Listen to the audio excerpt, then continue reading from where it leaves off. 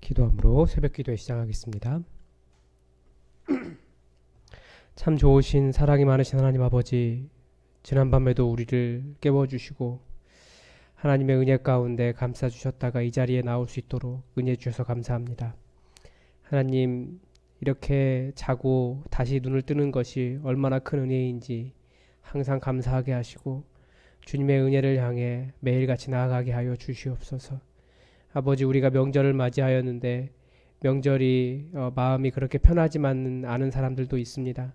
하나님, 이 명절이 모든 것 다 잊고 가족들과 사랑하는 가족들과 함께 즐거운 시간을 보내는 기쁨의 시간 되게 하여 주시고 하나님의 은혜를 경험하며 다시 한번 열심히 살아갈 만한 힘을 얻는 시간 될 수 있도록 이 시기를 사용하여 주시고 재충전의 기회가 될 수 있도록 도와주시옵소서. 아버지, 이 나라가 이 명절 기간에 오히려 코로나 바이러스 때문에 많은 걱정을 합니다. 더 이상 확산되지 않도록 지켜 보호하여 주시고 확진자가 발생하지 않도록 도와주시옵소서. 한 사람의 확진자를 통해서도 많은 사람들이 감염될 수 있사오니 서로가 서로를 잘 지켜낼 수 있는 그런 나라 되게 하시고 하나님, 다시 마스크도 벗고 명절이어서 명절인데 명절 동안에 또 자유롭게 왕래하며 또 기쁨을 나눌 수 있는 공동체가 회복되는 그런 나라 될 수 있도록 하나님 함께하여 주시옵소서. 북한과의 관계도 지켜주시고 이 나라가 평안하도록 도와주시옵소서. 국제사회가 이 나라를 평안한 눈으로 바라볼 수 있도록 도와주시며 정말 신뢰할 수 있는 나라가 될 수 있도록 안전한 곳 되도록 우리나라를 지켜 보호하여 주시옵소서. 무엇보다도 교회를 지켜주시고 한국 교회가 하나님의 뜻을 이루게 하여 주시옵소서. 다들 교회를 위한다는 명목으로 교회를 파헤치며 또 교회를 위한다는 명목으로 자기들의 욕심을 챙겨가는 것을 보게 됩니다. 하나님 아버지, 우리가 하나님의 뜻이 무엇인지 항상 분별하며 주님의 뜻을 위하여 설 수 있도록 한국 교회에 깨어 있는 마음 허락하여 주시옵소서. 아버지 하나님, 오늘도 주의 말씀을 기다리오니 주님의 음성을 우리에게 들려 주시옵소서. 주님의 사랑으로 우리를 덮어 주시기를 간절히 원하오며 예수님의 이름으로 기도드립니다. 아멘. 이 새벽 우리에게 주신 하나님 말씀은 고린도 후서 5장 1절에서 10절까지의 말씀입니다. 고린도 후서 5장 1절에서 10절까지의 말씀입니다.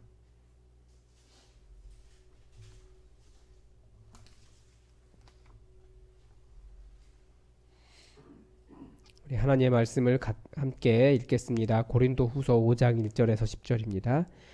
만일 땅에 있는 우리의 장막집이 무너지면 하나님께서 지으신 집, 곧 손으로 지은 것이 아니요 하늘에 있는 영원한 집이 우리에게 있는 줄 아느니라. 참으로 우리가 여기 있어 탄식하며 하늘로부터 오는 우리 처소로 덧입기를 간절히 사모하노라. 이렇게 입음은 우리가 벗은 자들로 발견되지 않으려 함이라.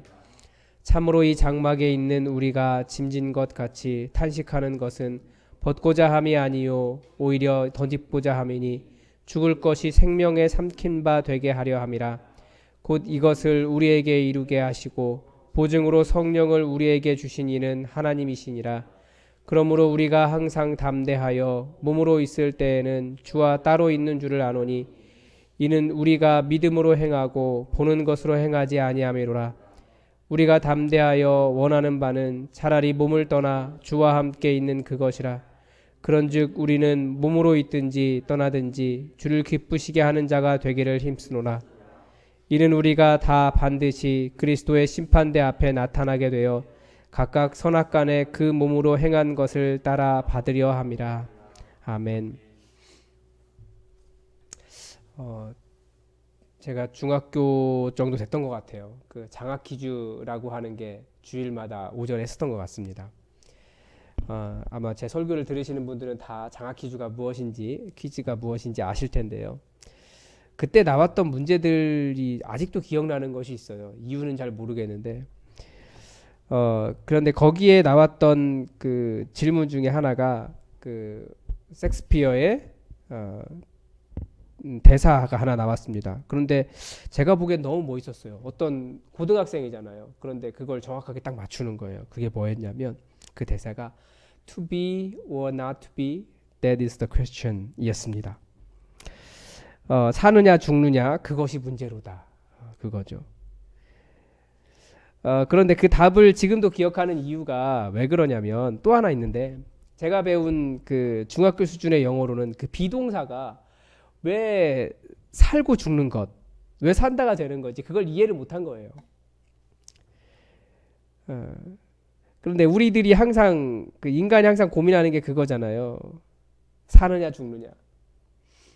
우리에게는 그것이 문제예요.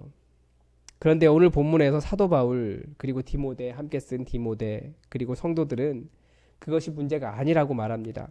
우리에게는 무엇이 문제입니까? 만일 땅에 있는 우리의 장막집이 무너지면 하나님께서 지으신 집, 곧 손으로 지은 것이 아니요 하늘에 있는 영원한 집이 우리에게 있는 줄 아느니라.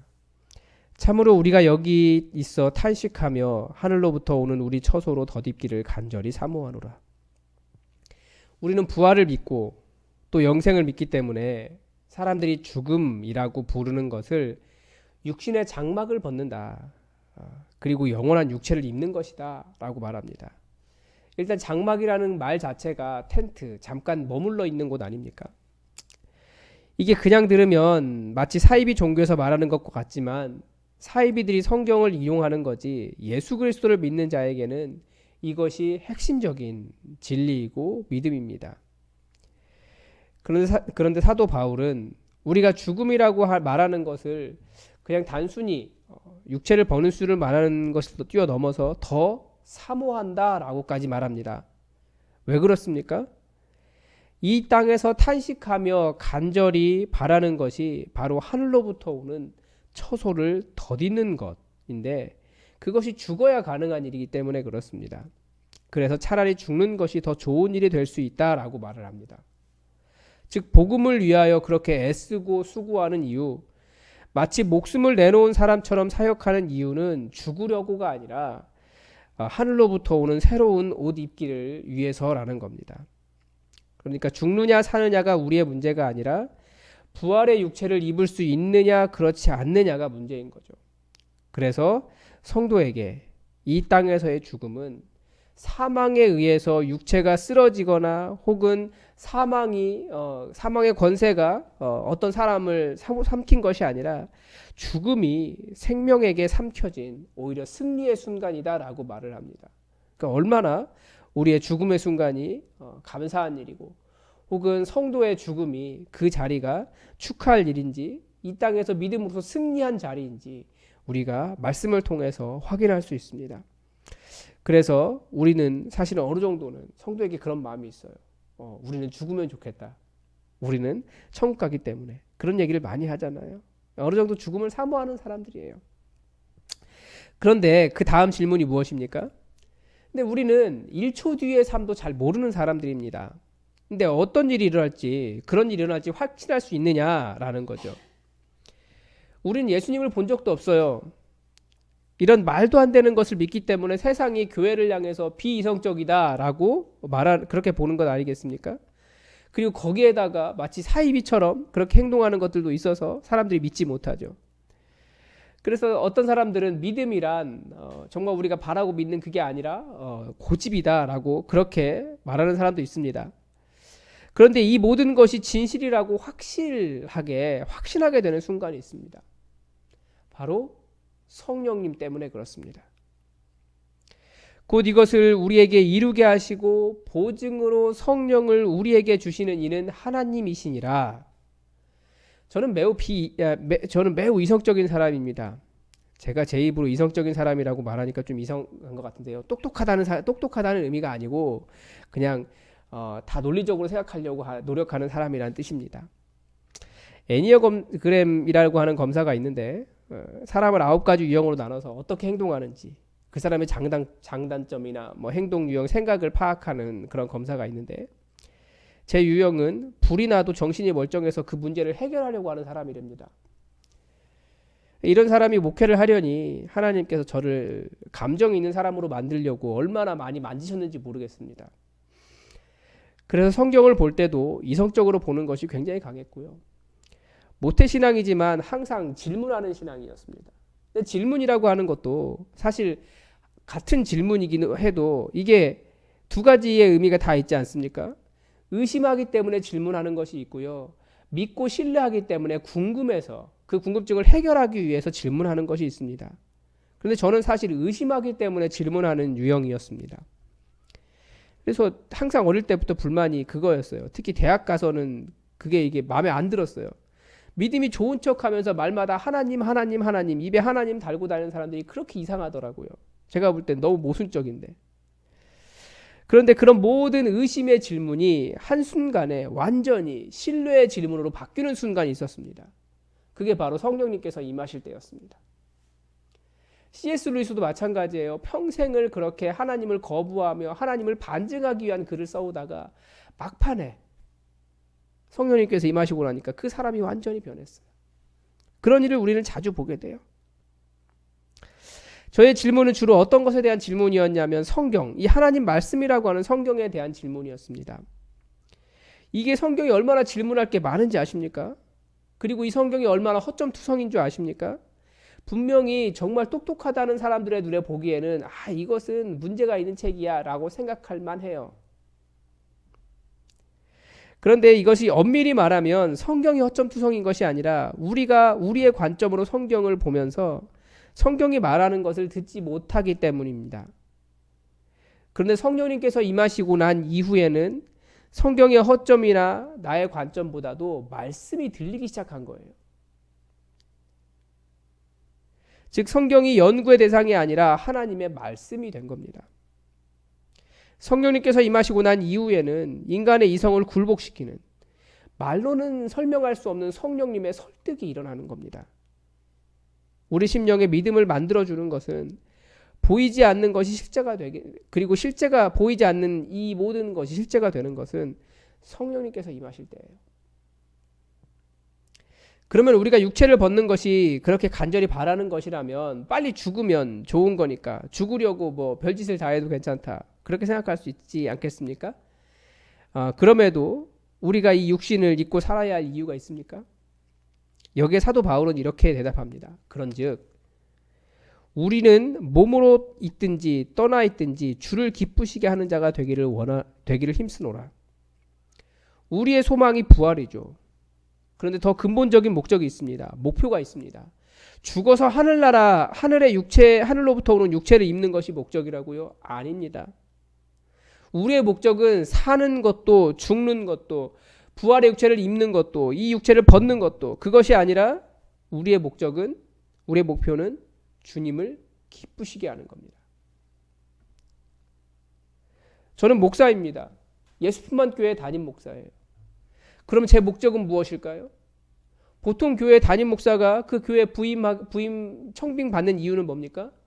소위 그 부흥이라는 것을 이루기 위해서 그렇습니다. 교인 수를 늘리고 교회 재정을 늘리고 교회 건물을 늘리고 교회 땅을 늘리고 어떤 사업을 늘리고 사람들에게 눈에 보기에 좋은 무엇인가를 가득하게 보여주기 위해서 요즘 CEO형의 목사를 그렇게 뽑습니다. 개인적으로는 한국 최고의 설교자가 되기를 바라죠. 근데 그게 제 목적입니까? 제 목표가 돼야 됩니까? 아닙니다. 뭐 누구처럼 멋있게 선교사 1000명 파송 뭐 이런 거 아닙니다. 이런 것을 목표로 할 수 있고 그렇지 않을 수도 있습니다. 판단하는 그 근거는 딱 하나인 거죠. 과연 그 일이 주님께서 기뻐하시는 일인가? 내가 옳은가도 그렇게 중요한 문제 아닙니다. 내 관점에 보기에, 내 시각에 보기에 이것이 반드시 맞다라고 말하는 것도 옳은 게 아니에요. 주님께서 기뻐하시는 일인가? 우리의 판단 기준은 그거 하나입니다. 왜냐하면 우리의 주인이 예수 그리스도이시기 때문에 그렇습니다. 아무리 큰 업적을 이룬다 할지라도 마지막 날에 주님의 기쁨을 따라가지 않았다면, 주님의 기쁨이 되지 못했다면 너는 누구냐? 알지 못하는 자다라는 평가를 받게 됩니다. 그래서 to be or not to be, 사느냐 죽느냐, that is not the question. 그것이 질문이 아닙니다. 주님을 기쁘시게 하는가? 이것이 우리의 질문이에요. 우리의 대답이고요. 그것이 문제입니다. 여러분, 예수님의 기쁨을 위해 사시기 바랍니다. 교회를 세우는 것 매우 의미 있는 일입니다. 그런데 지금 한국 교회, 우리가 나온 통합교단을 생각해 봐도 다들 교회를 살리려고 한다는 명목으로 교회를 죽이고 있어요. 자기 나름대로는 의미가 있다라고 생각하지만 의미가 있다고 해서 주님이 기뻐하시는 일이 아니에요. 우리에게도 그런 판단의 어려움이 항상 있습니다. 그러나 하나님은 주로 무엇을 기뻐하실까요? 하나님은 주로 좁은 길을 기뻐하십니다. 그게 십자가의 길이기 때문에 그렇습니다. 사는 것도 죽는 것도 의미가 없습니다. 우리에게 문제는 주님을 기쁘시게 하는가입니다. 그래서 우리가 말씀 따라서 주님을 기쁘시게 하는 삶을 사시기 바랍니다. 기도하겠습니다. 하나님 아버지, 우리는 삶과 죽음에 대해서 진지한 고민을 하며 또 어찌하든지 하늘로부터 오는 육체를 덧입고자 이 믿음의 길을 걸어갑니다. 그것이 분명한 진리이며 우리가 성령님 안에서 받은 확실한 보증이 있는 약속인데, 그런데 하나님, 우리가 부활의 육체를 덧입고자 혹은 우리가 원하는 목표를 이루고자 아니면 우리가 생각하는 의미를 찾고자 혹은 하나님께서 기뻐하시는 일을 감당하지 못하는 일이 있지 않도록 우리를 지켜주시고 우리가 주님의 뜻을 주님께서 기뻐하시는 일을 바르게 분별하게 하여 주시옵소서. 항상 이것이 우리를 혼란스럽게 하는데 주님, 내가 기뻐하는 일이나 내 눈에 만족한 일이 아니라 주님께서 말씀하신 좁은 길을 걸어가게 하시고 그 좁은 길에 있는 십자가의 의미를 발견할 수 있도록 우리를 인도하여 주시옵소서. 오늘도 내 생각보다 주님의 뜻을 찾기를 원하오며 예수 그리스도의 이름으로 기도드립니다. 아멘. 우리 시간 교회를 위해서 함께 기도해 주시기 바랍니다. 우리 교회 정말 주님의 기쁨을 위해서 존재하는 교회 될 수 있도록 기도해 주시기 바랍니다. 그리고 또 이 명절 동안에 코로나 바이러스가 더 이상 확산되지 않도록 여러분 이 나라를 위해서 기도해 주십시오. 그제 확진자가 확 늘었다가 어제 또 확진자가 확 줄었더라고요. 정확한 이유는 알 수 없지만 아마 그렇게 또 많이 보이지 않는 상황에서 이렇게 많이 전파가 돼 있을 가능성이 있습니다. 이 나라 지켜달라고 여러분 기도해 주시고, 이제 좀 코로나 바이러스 얘기 듣지 않았으면 좋겠어요. 하나님께서 이 나라 지켜달라고 기도합시다. 우리 예수뿐만 교회 부흥하게 해달라고 기도해 주시고, 진정한 부흥이 숫자가 드는 것이 아니라 모든 성도가 서로 사랑하는 아름다운 공동체 만들어가는 것이라는 것을 우리가 기억하고, 이 건물이 교회가 아니라 우리 한 사람 한 사람이 교회라는 것을 다시 한번 깨닫는 그런 시간 될 수 있도록 여러분 이 교회를 위해서 기도해 주십시오. 그리고 교회가 계획하고 있는 모든 일들이 순조롭게 진행될 수 있도록 기도해 주시고, 또 최철규 목사를 위해서도 여러분 기도해 주십시오. 또 환우들을 위해서 함께 기도해 주시기 바랍니다. 다 함께 기도하겠습니다.